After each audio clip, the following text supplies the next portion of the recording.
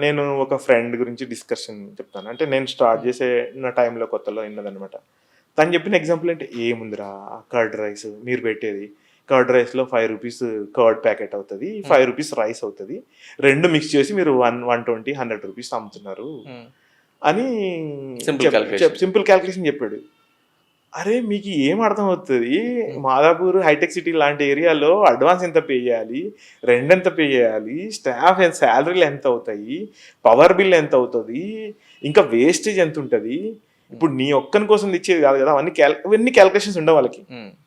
వాళ్ళకి basic formulas కూడా తెలీదు. అంటే ఇప్పుడు సరే ఇది 1,50,000 రెంట్. చాలా చీప్ రా ఏముంది 1,50,000 రెంటే కదా అనుకుంటారు. కానీ అదొక్కటే కాదు కదా నీకు. అసలు ఆపరేషన్ చాలా ఉంటది. ఇప్పుడు ఈచ్ అండ్ ఎవ్రీథింగ్ క్యాలిక్యులేట్ చేయగలగాలి. ఈ రీసెర్చ్ ఉండదు.